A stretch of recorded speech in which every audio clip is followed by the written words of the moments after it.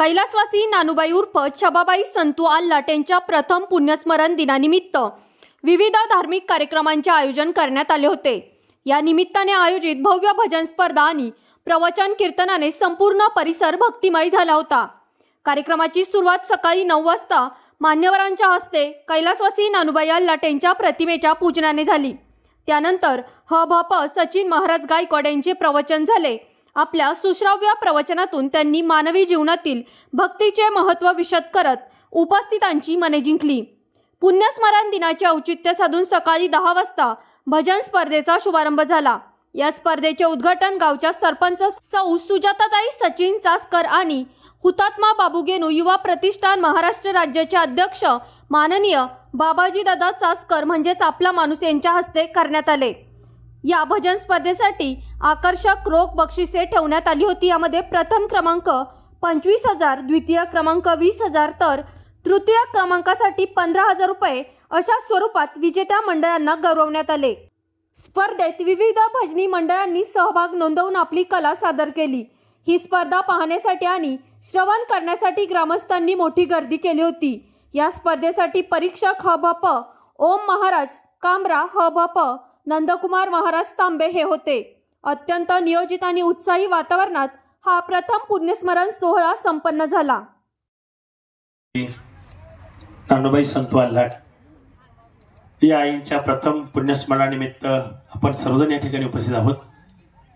या परिवाराने आपल्या आईने आपल्यावर केलेले संस्कार, आईने आपल्याला दिलेले मार्गदर्शन, या सगळ्या ऋणातून आपण काहीतरी उतराई व्हायचे या अनुषंगाने सुंदरसं सकाळी प्रवचन सेवा झाली, तदनंतर भजन स्पर्धा ठेवली।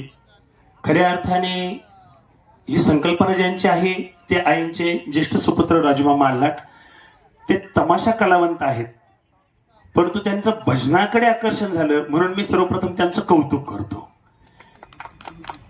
कारण आपल्या आईच्या ऋणातून उतराई होण्यासाठी काहीतरी भगवत भजन या ठिकाणी टाळ मृदंग असा वाजावा। प्रवचन सेवा झाली।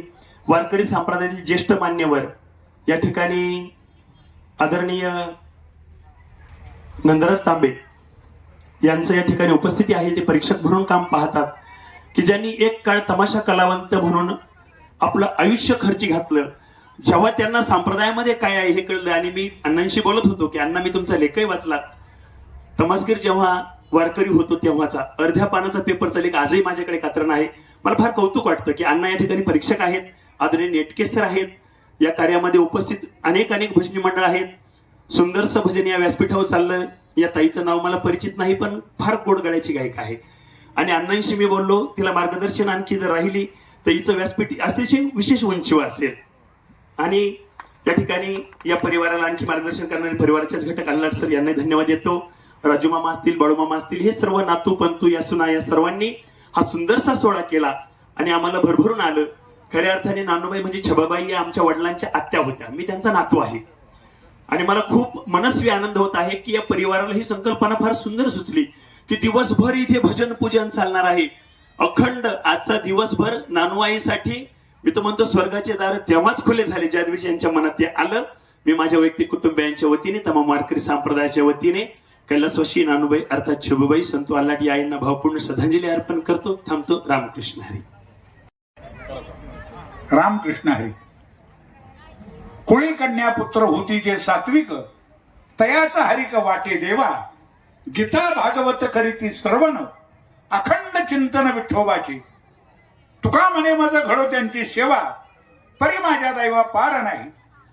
तुकोबारायच्या अभंगाच्या संदर्भात जर बोलायचं म्हणलं तर आल्हाट आमच्या नानूबाई छबाबाई संतू आल्हाट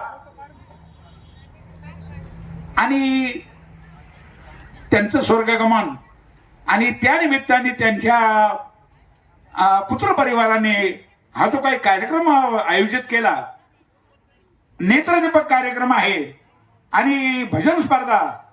माझ्या जीवनामध्ये मी प्रथम भजन स्पर्धा पाहतोय। मी रघुनाथ खांडाळकरांचा तबल जे वास्तव पाहतात बरं का महाराज, परंतु अगदी उत्तम प्रकारचे चांगले गायक, उत्तम प्रकारचे वादक, नियोजन आमच्या आल्हाट सरांनी या ठिकाणी मला बोलवून ही जी काही मला भजन म्हणजे हा जो लाभ घडवून दिला तांबे कुटुंबियांतर्फे आमच्या आलाट मंडळ आईंना भावपूर्ण श्रद्धांजली आणि आमचे आलाट सर आलाट मंडळी यांना सुद्धा धन्यवाद. माझ्या वाणीला या ठिकाणी पूर्ण विराम देतो. रामकृष्ण हरी.